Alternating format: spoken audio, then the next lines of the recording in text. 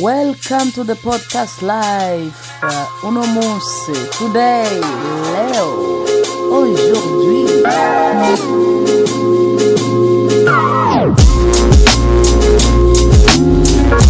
Welcome to the podcast live. Aujourd'hui, tuko na nani? SOG, never mind. If you don't mind. If you don't mind. Never mind if you don't mind. Eskulafisa kiwawe. Na kayoga change na amazi. Yellow. Ni gukoresha ibintu umuntu adashobora kumenya ibirimo.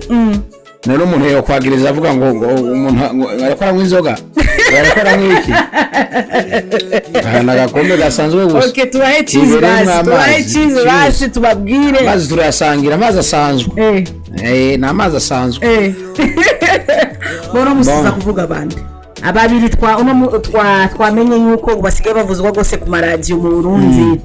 Hari umwe yitwa Wiz Designer. Nyampinga iyi uri kurabona ngaha. Video ni iko bien ama iko bien. Unaona hii video? Mais akini ukiona video hivyo unaweza kusema hii video. Je nimesikia naimba huyu jamaa.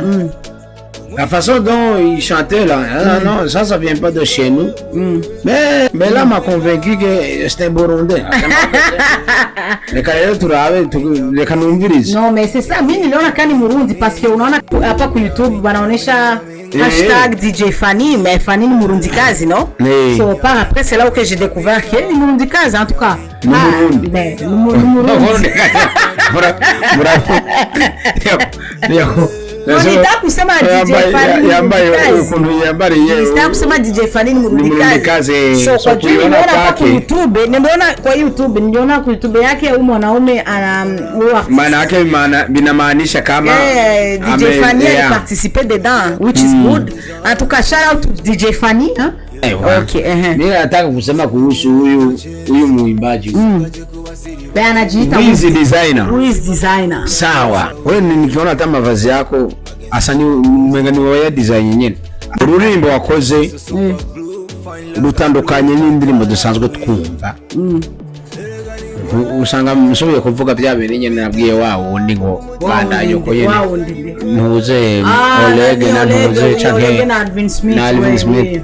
Reka nkoresha imvugo itandukanye. Kubona umuntu nkawe afata ivyemezo byo kuririmba uko kuntu ukoresheje n'amajambo yiwawe wisangije nayo dusangiye ukayahindura ukayavuga uko wewe wumva biryoshe mani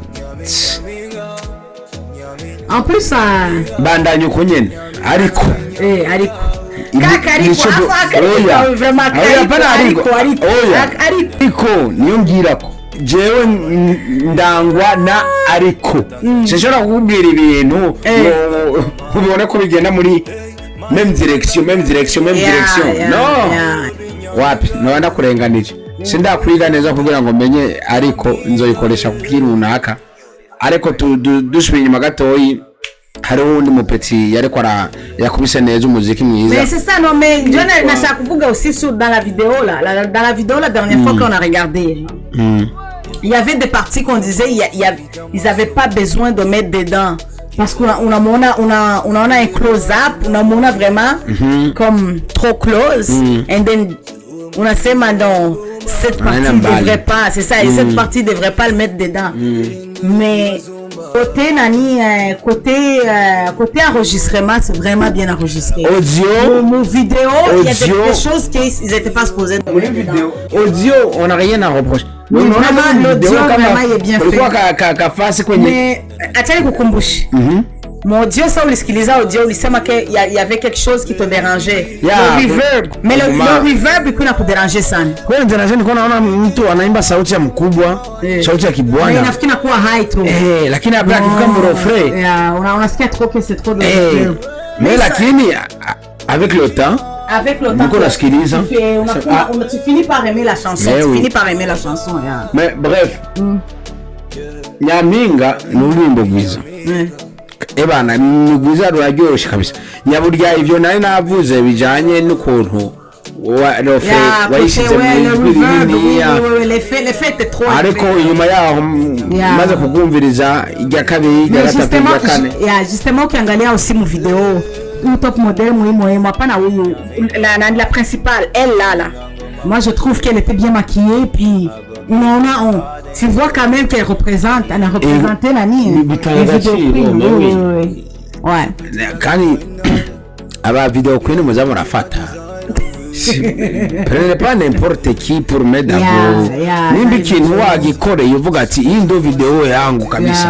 La fille est vraiment belle, la fille est vraiment belle, mwanamke ni mzuri, mwanamke anaje bien kweli, anajua acter côté vraiment video queen, anajua acter, tu vois que nani en tout cas le cameraman akujipatia kazi sana, arabishoboye mwana nawe wari ntuze no jambo rya nyuma twamubwira iki felicitation designer nkuko dusanzwe tubivuga turi ngaha kugira ngo gucinyiza abari turi ngaha kugira ngo dufate twa tuntu tubi tubona twebwe twa tuntu tubi twebwe tubona ko mwakoze tutuvuge comme ça la prochaine mtajua kwenye mtakorejea ariko duharanira l'avancement de la chanson zacu nizo nyamukuru kurusha ibyo tubakritikako. Mais bien souvent même even that ni impanuro, selon twebwe il y a des choses à changer. Indimi zagoye comment umuntu ngo impanuro akibaza yuko tu veux prendre le dessus. Non, ça c'est trop burundais, ça c'est pas grave, ntabwo ari impanuro mais selon twebwe selon moi ukuntu tubibona n'ukuntu ndabona mu mateleviziyo y'aba banyagihugu bafise ama YouTube channel me umuyoro ivyo bintu uvyirinde higana n'umuziki uririmba amateleviziyo nimba amafaranga baguhereza uzombwire kabisa, uzumbwire amafaranga baguhereza kugira ngo ugire entrevue wirinde ibintu byo kugira entrevue adakenewe. Ifo kwiha agaciro kandi kwiha agaciro ntibisugura gusuzugurana cyangwa kugayana. Je pense que dans plusieurs vidéos d'artistes barundi tu vas tout le temps recommencer, tu vas tout le temps kukigaruka ko icyo kwiha agaciro. So ça veut dire que abartistes b'abarundi bategereza kwiha agaciro selon le moment, puis bategereza kwiha agaciro nuko ça ne prend plus grand chose kugira ngo umuntu yitwa umu artiste mu Burundi. Mais ça c'est n'importe quoi, c'est ça qui est malheureux. Donc bisigura yuko na wa umu artiste wa vrai uca wisanga muri uwo mugwi nyene w'abantu usohoye ururimbo rimwe.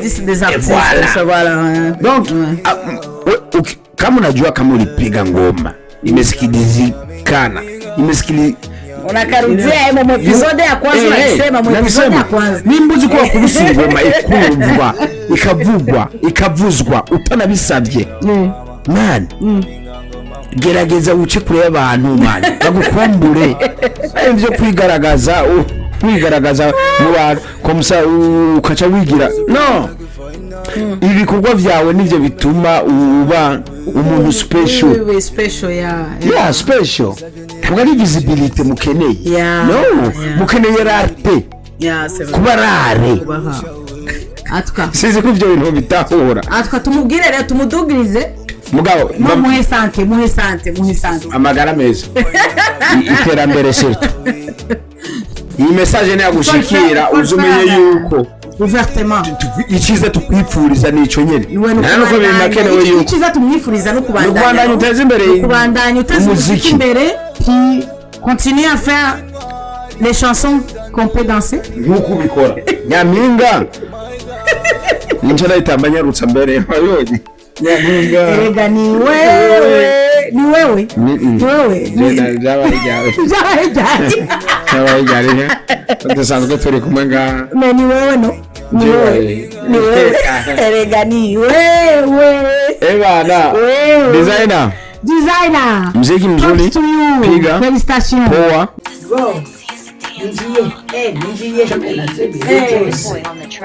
ninjiye muri bara abagabo bavuga ngo je ndi mariye abandi nabo ngo yasize umugabo muhira n'abana babiri bartender nico ninywera nibereho awe bartender rondera intebe ya VIP for me zanira Heineken 12 mwibagirwa whisky ntamwanya afise wo guta n'abaza kuraba gusa ntibatambe babagabo ngo muri maze gushaka kuvuga